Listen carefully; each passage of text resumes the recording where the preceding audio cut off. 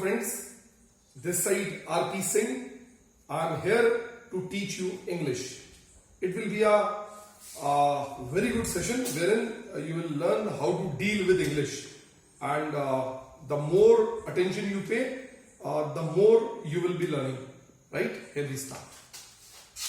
English. This is lecture 1.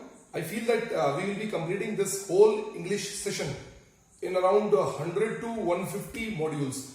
These modules will be very short, crisp modules, and if you pay attention to these modules, a day certainly have to come wherein we will be having good and robust English, right? Okay. So English.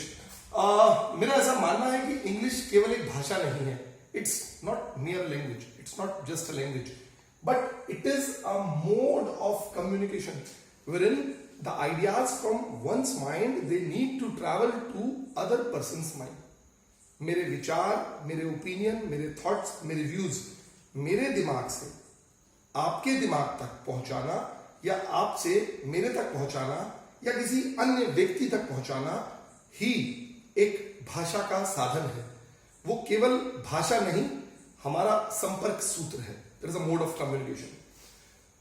It will improve and it will give you enormous opportunities. You may become a good speaker, an expert writer, or a fine-tuned teacher, whatever you want to become. But this ocean, that is the ocean of competition, you'll be able to cross, because English is of cosmopolitan nature. You'll be able to cross the ocean of competition.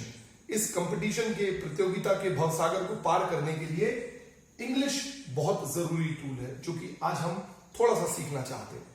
English में और ज्यादा गहराई से जाने से पहले हमें यह समझना पड़ेगा कि हम इंग्लिश में क्या क्या पढ़ेंगे.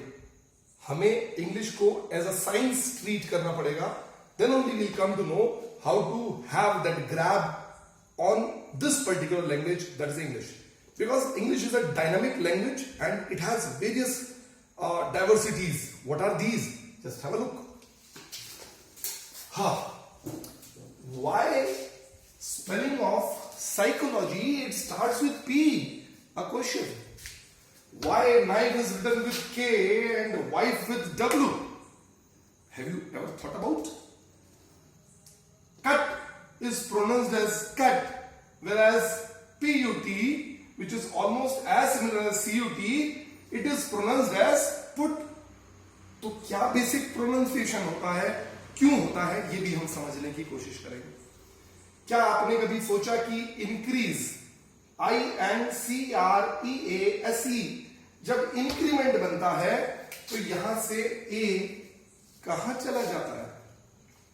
जब मेंटेन MAINTAIN मेंटेनेंस बनता है तो यहां पर EAI के बदले कैसे आ जाता है? Have you ever thought? Fee लिखें या फीस लिखें, इस प्रश्न का क्या उत्तर है?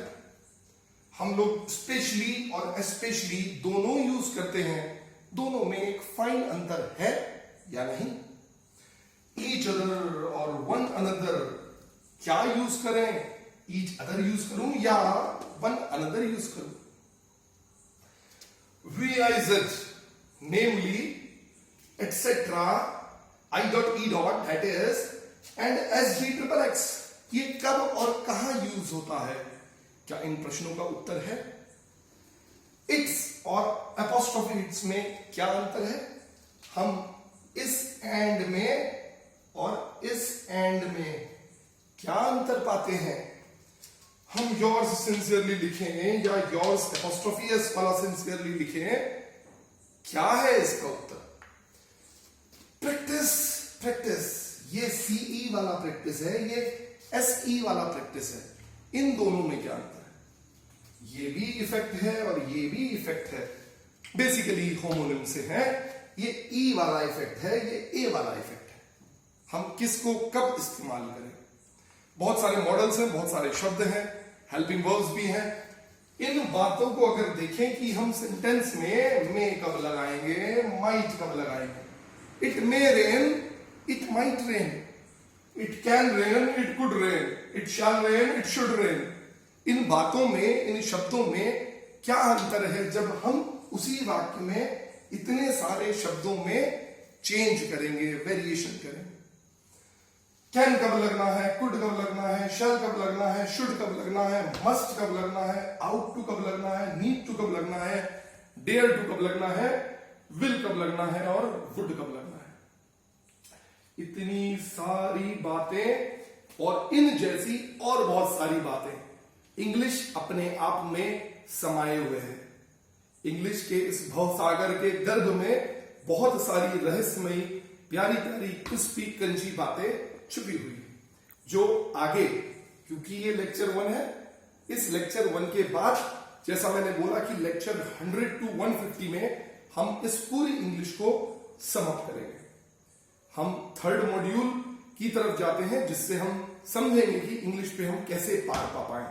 What are the measures, what are the tools, how we can improve English is the basic question of today's. So let us understand how we are going to improve our English. See, English has certain tools. ये थोड़ा सा complex structure आपके लिए हो सकता है, लेकिन मैं आपको बताना चाहता हूं कि कुछ चीजों से आपकी इंग्लिश बहुत आसान हो सकती है। First of all we have to be very very friendly with English. हम इंग्लिश से जितना दूर भागेंगे, इंग्लिश हमसे उतना ही दूर भागेगी। इंग्लिश किन बातों पर निर्भर करती है और इंग्लिश किन बातों से अच्छी हो सकती है, वो बातें यहां पर लिखी है, और हमें क्या क्या सीखना है इंग्लिश को सुदृढ़ बनाने के लिए, मजबूत बनाने के लिए, रोबस्ट बनाने के लिए, स्ट्रेंथन करने के लिए।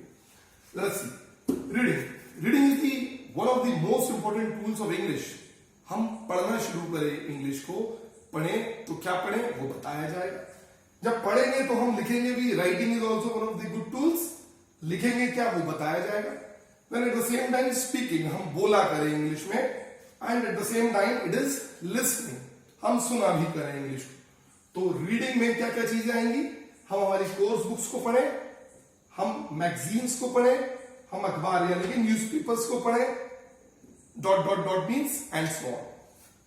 क्या क्या बोले, किसके साथ बोले, हम फ्रेंड्स के साथ बोले, हम हमारे मेंटर्स के साथ बोले, हम रेलेवेंट पीपल यानी कि जो संबंधित लोग हैं, पीपल, संबंधित लोगों के साथ बात करें, और अपने स्टूडेंट्स के साथ बात करें अगर हम एक टीचर हैं। क्या सुने, लिसनिंग टू मेंटर्स, अपने पढ़ाने वाले, अपने उस्ताद से उनको सुने। हम न्यूज सुन सकते हैं, हम ग्रुप डिस्कशंस में भी पार्टिसिपेट कर सकते हैं, तो जो और स्पीकर हैं उनसे हम या उनकी बातों को सुन सकते हैं। तो स्पीकिंग भी ग्रुप डिस्कशन का पार्ट है, लिसनिंग भी ग्रुप डिस्कशन का पार्ट है। अब हम इंग्लिश में क्या क्या पढ़ने वाले हैं वो यहां पर दर्शाया गया है। आज केवल आपको इस बात का जिस्ट दिया जाएगा कि हम आगे से क्या पढ़ेंगे। Then next on we will go further into details.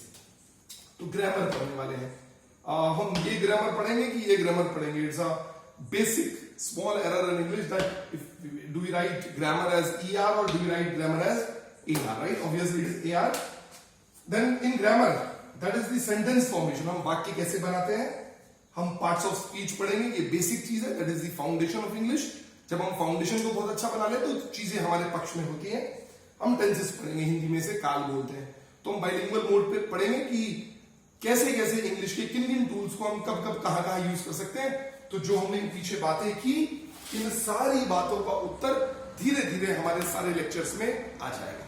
फिर से आते हैं, हम ग्रामर पढ़ेंगे, फिर सेंटेंस फॉर्मेशन आएगा इसमें, parts of speech, basically there are 8 parts of speech and there after 1 additional part of speech. वो हम सारी बातें करेंगे डिटेल में। टेंसेस पढ़ेंगे, पास्ट, प्रेजेंट, फ्यूचर, फिर उनके सब पार्ट्स। नॉन ग्रामर पार्ट भी एसेंशियल है। ये ग्रामर पार्ट अंडरस्टैंडिंग वाला है। Non grammar part basically it's related to your learning part. आप इसे समझने से ज्यादा याद करते हैं। तो antonyms, synonyms, one word substitution, homonyms, spell check, spellings भी आती है। कॉम्प्रिहेंशन पार्ट भी इसका एक पार्ट है। एसे राइटिंग, निबंध, लेटर राइटिंग यानी कि पत्र लिखना, प्रेसेस, किसी भी बात को छोटा करके लिखना, श्रिंक करके लिखना, और आर्टिकल, कोई एक लेख। तो ये सारी बातें ग्रामर, नॉन ग्रामर और कॉम्प्रिहेंशन मिलके समावेश करेंगी, और इन टूल्स को आप यूज करेंगे तो आपकी इंग्लिश बहुत अच्छी हो जाएगी। Hereby we take a small break, and tomorrow again or the very next day again we will meet and we will start the basic fundamentals of English. Till then, stay tuned. Goodbye.